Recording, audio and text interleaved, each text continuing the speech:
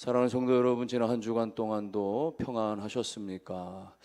우리 옆에 있는 분들하고 그렇게 우리가 유쾌한 마음을 한번 인사할 수 있기 바랍니다. 주님을 위한 투자는 결코 손해가 없습니다. 주님을 위한 투자는 결코 손해가 없습니다. 얼마 전까지만 해도 금값이 치솟으면서 금에 투자해야 된다고 난리했습니다. 중동 전쟁이 한창이니까 안전자산 금이 최고랍시고 했는데 오히려 금값이 훨씬 더 하락을 했습니다. 1년 새 코스피가 3배나 올랐다고 해서 너도 나도 다 주식에 투자했는데 지금은 아주 대폭락 중에 있습니다. 여러분, 부동산도 투자하고 코인도 투자하고 여러 가지 또 뭐 자기 개발을 위해서도 이것저것 투자하고, 투자는 너무나 중요한 일이겠습니다마는, 그러나 적어도 오늘 믿음의 성도들은 거룩한 하나님의 나라에 우리가 투자해야 하나님 안에서 확실한 인생의 영원한 보장이 있다는 사실인 것입니다. 오늘 지난주 우리가 살펴본 말씀, 한 부자 청년이 예수님께 와서 나는 어렸을 때부터 율법을 잘 지켰습니다, 자랑하듯이 그렇게 얘기했을 때 예수님께서 그에게 너의 재물을 팔아서 가난한 자들에게 나누어 주고 나를 따르라 이렇게 말씀하니까 이 청년이 재물 때문에 그만 시험에 들어가지고는 결국은 거절을 하고 얼굴이 급히 슬픈 기색으로 바뀌어서 집으로 돌아가 버리고 말았습니다. 그 청년이 돌아간 다음에 예수님께서 제자들을 불러 모아놓고서 설명하시면서, 하나님의 나라에 대해 설명하시면서 그렇게 말씀하시는 거예요. 재물이 있는 자는 하나님 나라에 들어가기가 너무 어렵다. 마치 낙타가 바늘기로 나가는 것보다 훨씬 더 어렵다, 이런 말씀을 하시는 것입니다. 이 말씀은 재물이 있으면 천국 못 간다, 부자는 천국 못 간다, 그 이야기가 아니라 재물이 많다 보니까, 재물을 사랑하다 보니까 그 사랑하는 것이 하나님 사랑하는 것보다 더 크다 보니까 탐욕 때문에 결국은 어렵다, 그 이야기를 하시는 거죠. 여러분, 꼭 재물에 대한 탐욕만 있겠습니까? 세상 명예에 대한 탐욕, 세상 권력에 대한 탐욕, 자식에 대한 애착, 또 자기의 에고이즘, 자기 사랑, 다 그런 것들이 탐욕으로 지나쳐 버리면 결국은 하나님 나라에 들어가기 어렵다, 이 말씀을 하는 것입니다. 이렇게 부자 청년이 씁쓸하게 그냥 거절하고 돌아간 다음에 얼마나 분위기가 무거웠겠어요. 그때 갑자기 뜬금없이 베드로가 치고 나오면서 이런 말을 합니다. 28절에 보니까 아주 당당하게 목에 힘을 주고요, 베드로가 28절, 베드로가 여짜와 이르되 보소서, 우리가 모든 것을 버리고 주를 따랐나이다. 여러분, 이 표현을 오늘날의 뉘앙스로 좀 섞어 말하면 이런 겁니다. 주님, 방금 저 청년 돌아서서 돌아가 버린 거 보셨죠? 저 친구는 돈이 아까워가지고 주님을 등지고 떠났습니다. 그럼 우린 다르지 않습니까? 우리는 지난날 배도 버리고 그물도 버리고 이것저것 다 내려놓고 주님께 올인하지 않았습니까? 그러니 주님, 오늘 우리에게는 뭔가 지분이 있고, 주님, 오늘 우리에게는 뭔가 주실 게 있지 않겠습니까? 이런 뜻이죠. 은근히 지금 자기들이 희생한 거에 대해서 지금 과시하면서 말이죠, 본전 생각을 내비치는 참 베드로 같은, 베드로다운 그런 솔직한 지금 생색내기를 하고 있는 거예요. 여러분, 그런 베드로뿐이겠어요? 오늘 우리에게는 이런 모습이 없겠습니까?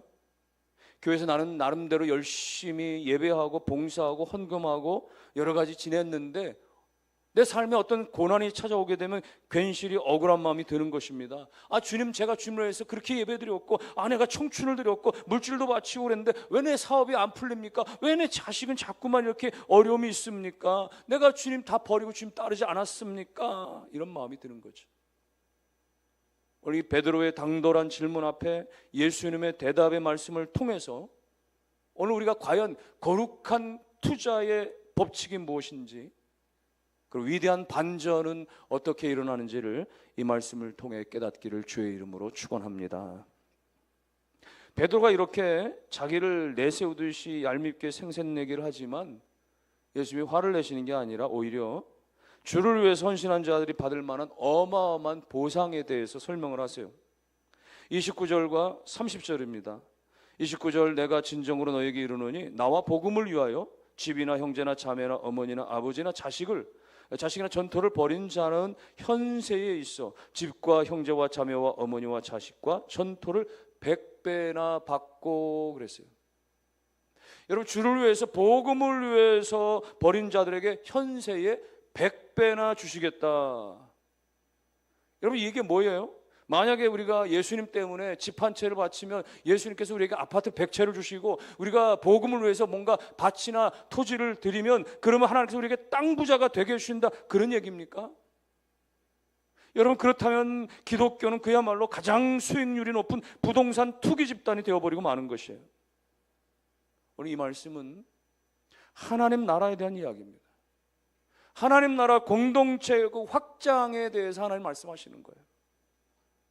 당시 초대교회 성도들은요, 복음을 받아들인 순간, 예수를 믿는 순간 가문에서는 쫓겨나는 겁니다. 예수 믿는 순간 가지고 있는 재산 다 몰수당하는 것입니다. 육신의 집도 잃어버리고 가족도 잃어버리면서 예수를 믿는 거예요.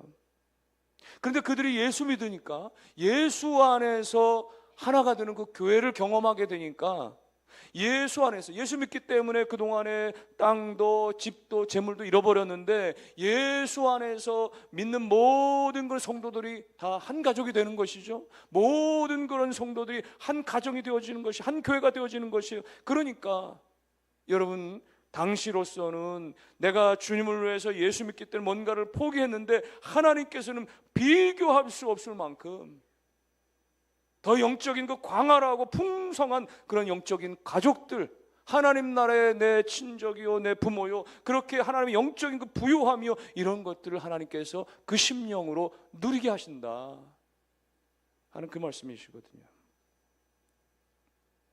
우리가 예전에 시골 같은 데를 가보다 보면은 곳곳에 그런 수동으로 물을 끌어올리는 말이죠. 일명 작두 펌프라고 해가지고 말이죠.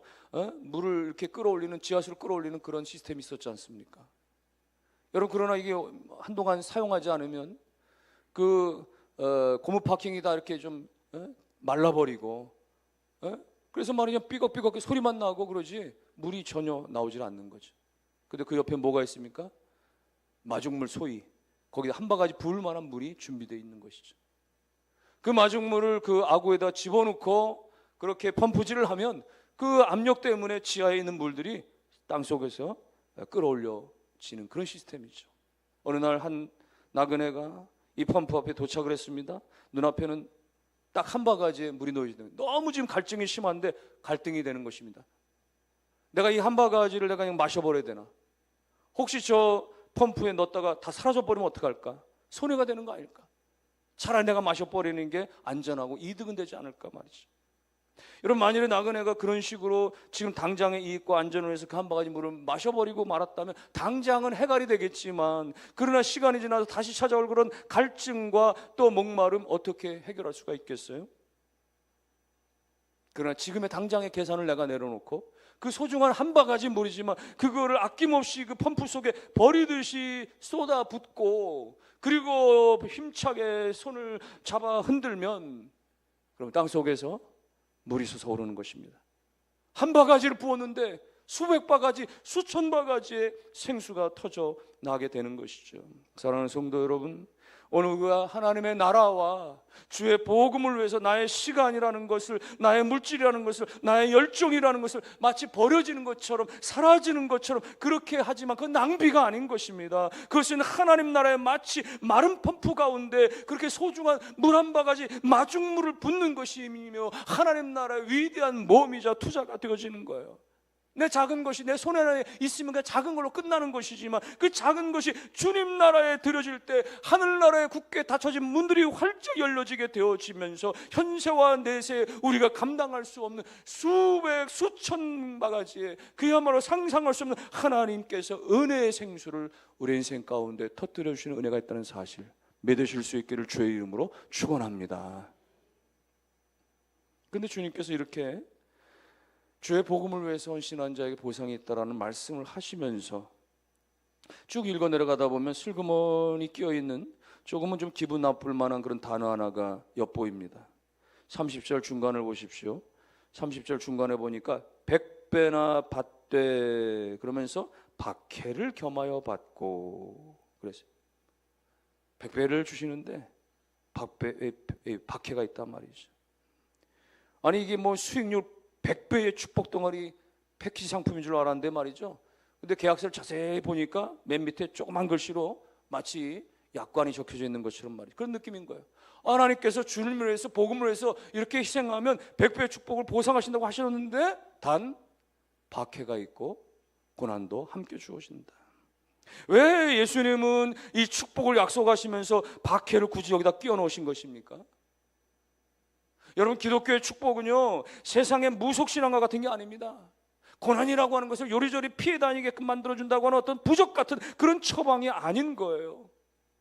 우리가 복음을 믿다 보면, 예수를 믿다 보면 반드시 세상의 가치관과 충돌이 일어나는 거거든요. 그러다 보니까 거기에 미움이 발생합니다. 손해가 발생합니다. 오해와 박해가 일어날 수 있는 것이죠.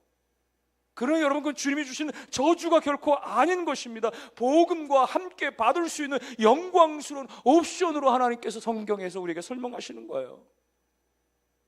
고난과 박해는 내가 지금 세상 길로 나아가고 있지 않다라고 하는, 내게 주어진 이 고난이나 박해는 내가 예수님이 가신 길, 예수님이 가신 그 좁은 길로 가고 있다로 확실한 보증의 수표와도 같은 것이 복음 안에서 내가 경험하는 고난이고 박해인 것입니다. 그리고 내가 가는 그 길 끝에는 어떤 부자도 그 어떤 재물로도 살 수 없는 인생의 최고의 가치, 내세의 그 영생이 확실하게 우리 가운데 보장되어져 있는 것입니다. 여러분, 사랑하는 성도 여러분, 지금의 고난 앞에서 계산기를 두드리지 마시고 영생을 바라보시면서 믿음으로 나아가시기를 주의 이름으로 축원합니다. 흙으로 그릇을 만드는 그 도예가들이 말이죠, 심혈을 마지막 기울이는 순간은 가마 속에 집어넣는 것입니다. 아무리 초벌구이를 끝냈고 거기에 유약을 발라서 거기다가 그림을 잘 그려놨다고 하더라도 불가마를 집어넣어서 통과하지 않으면 그것은 하나의 진흙덩어리에 불과한 겁니다. 여러분, 가마의 온도는 섭씨 1000도씨가 넘어가니까 완전히 불구덩이인 거예요. 화마덩어리입니다.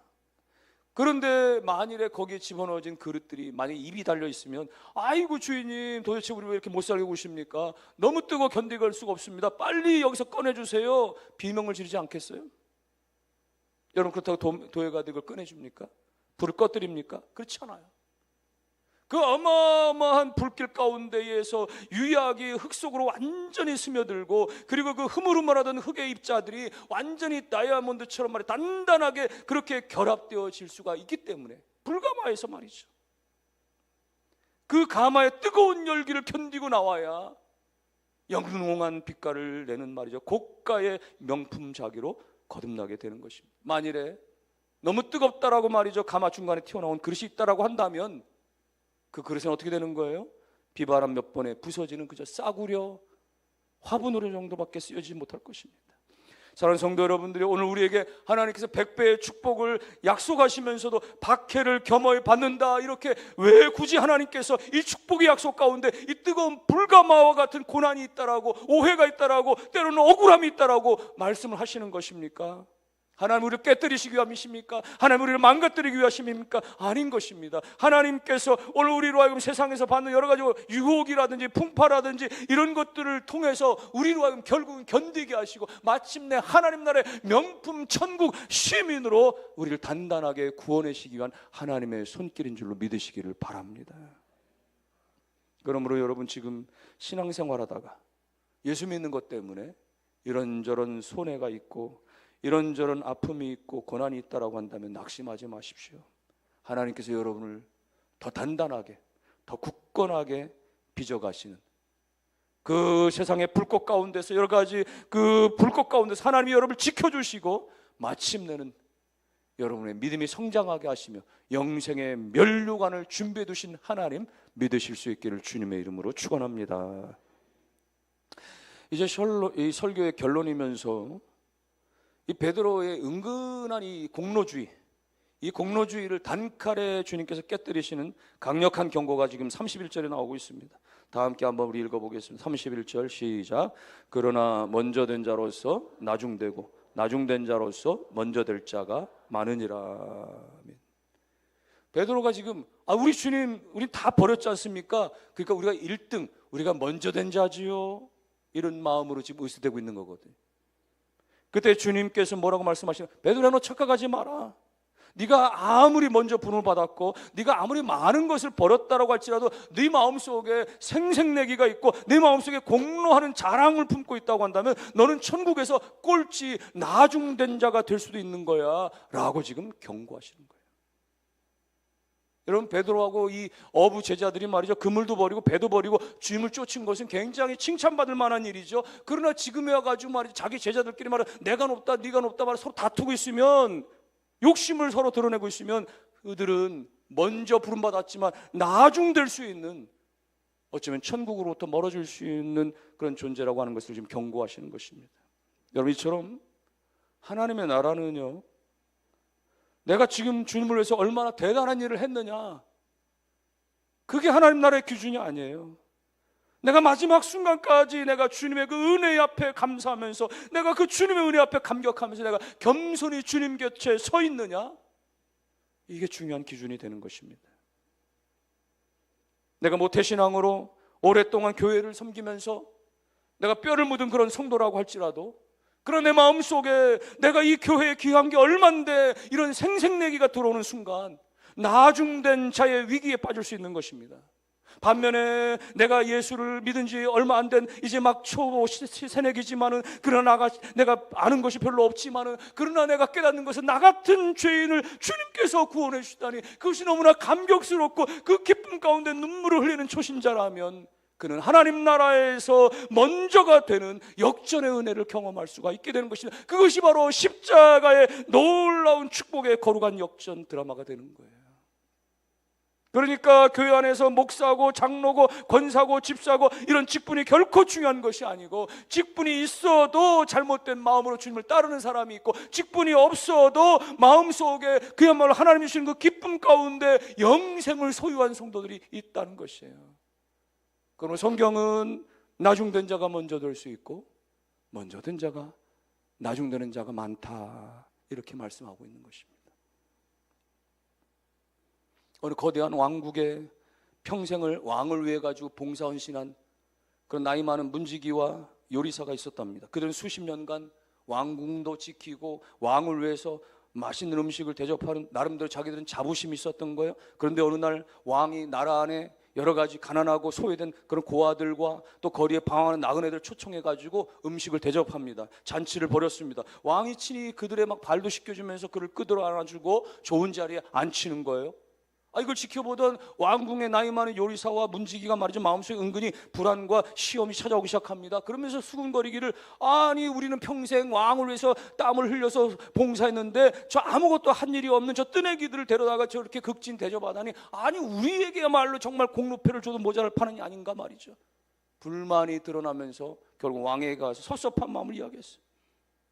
그때 왕이 씁쓸하게 웃으면서 이렇게 얘기했답니다. 너희가 지난 수십 년 동안 내 곁에 머물면서 내 정원의 꽃향기를 맡고 내 왕궁의 안전함을 누리면서 최고의 음식을 먹고 살 수 있었던 것이 다 내 은혜가 아니었더냐? 너희가 언제부터 나를 고용주로 생각하고 품삯을 계산하고 있었느냐? 오늘 내 이 은혜에 감격해서 눈물을 흘리는 저 나그네들이 너희들보다 훨씬 더 내 마음에 가깝구나, 이렇게 표현했다는 거예요. 여러분, 이 이야기가 바로 오늘 31절이 말씀하는 먼저 된 자로서 나중되고 나중된 자로서 먼저 될 자가 많다라고 하는 이 말씀의 본질이 아니겠습니까?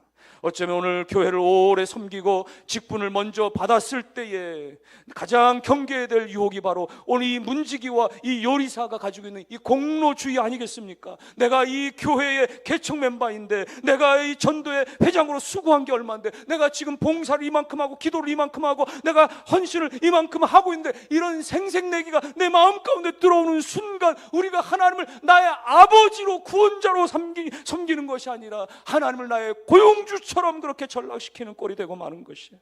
여러분, 하나님의 나라는 내가 이만큼 일했으니, 내가 이만큼 내가 헌신했으니, 내가 이만큼 월급을 대가를 받아야 하는 그런 공장 같은 개념이 결코 아닌 것입니다. 평생을 내가 주님 앞에 예배하고 헌신했다고 할지라도 나는 주여 무익한 종입니다. 나는 주의 은혜가 아니면 한 시간도 설 수 없는 죄인입니다. 여러분, 이렇게 겸손히 고백하는 자가 먼저가 되는 은혜의 역사가 일어나게 되는 것입니다. 그러므로 날마다 나의 공로는 아무것도 없고, 나의 공로나 나의 자랑은 다 십자가에 못 박고 오직 예수님의 은혜만 자랑하는 우리 모두가 될 수 있기를 주의 이름으로 축원합니다. 결론의 말씀입니다. 어쩌면 오늘 베드로는요, 어떤 면에서는 손에 계산기를 들고서 주님, 우리가 이렇게 다 버렸으니 주님 이만큼의 어떤 대가를 100배로 주셔야 되지 않습니까? 이런 계산기를 들고 있었는지 몰라요. 사랑하는 성도 여러분, 오늘 우리가 주님을 따를 때 우리 머릿속에 이런 계산기를 다 부숴버려야 됩니다. 내가 이만큼 헌신하지 않습니까? 내가 이만큼 주님 앞에 내가 드렸지 않습니까? 그러니 주님 이만큼은 채워주시고 주님 이만큼은 허락해 주셔야죠. 이런 인과율적인 어떤 생각들은 오늘 우리로 하여금 늘 시험에 빠지게 합니다. 오늘 우리로 하여금 늘 섭섭한 마음에 빠지게 만드는 거예요. 오늘 우리가 주님을 위해서 이것저것 드릴 수 있었던 것은, 오늘 우리가 이것저것 그렇게 헌신할 수 있었던 것은 내가 뭔가 100배의 보상을 받기 위한 어떤 협상이 아닙니다. 비즈니스가 아닙니다. 그건 전적으로 이미 나에게 독생자 예수 그리스도를 십자가에 내오신 그 사랑이, 그 영생의 축복이 너무나 크기 때문에, 너무나 비교할 수 없기 때문에 오직 감사한 마음으로 그렇게 드려진 헌신이요 희생이요 고백이 되실 수 있기를 주님의 이름으로 축원합니다. 그러므로 사랑하는 성도 여러분들이 오늘 이 베드로처럼 내가 이만큼 버리고 이만큼 헌신했으니 보상해 주십시오, 그렇게 생색을 냈던 어린아이와 같은 그런 얕은 신앙들이 있었다라고 한다면 주님 앞에 죄송한 마음으로 회개할 수 있기를 바랍니다. 더 나아가서 예수 믿는 것 때문에 또 복음 때문에 당하는 어려움과 고난이 있으면 이상히 여기지 말고, 아하, 주님께서 나를 제자 삼아 주시는구나, 나를 이렇게 성장시켜 주시는구나, 주님이 주시는 훈장으로 여기시기를 바라고, 먼저 된 자라고 교만하지 마십시오. 먼저 불러주시고 직분 주신 것들에 대해서 교만할 것이 아니고, 오늘 주님의 십자가 그 첫사랑, 내가 예수 처음 믿어서 그 은혜를 주셨던 그 첫사랑을 마지막까지 끝까지 견고하게 붙드시는 여러분이 다 되셔서 그야말로 처음 된 자가 나중 되는 그런 모습 속에 있는 것이 아니라, 오늘 하나님께서 나 처음 되게 하신 것을 끝까지 천국 가는 그 순간까지 잘 감당하는 역사가 있고, 비록 나중되었지만은 그러나 하나님의 은혜를 감사해서 감격해서 날마다 주님 앞에서 한 걸음 두 걸음씩 날마다 먼저 앞으로 나아가는 놀라운 반전의 하나님의 축복의 역사가 여러분 가운데, 여러분 가정 가운데, 자녀들 가운데 다 있어질 수 있기를 주의 이름으로 축원합니다.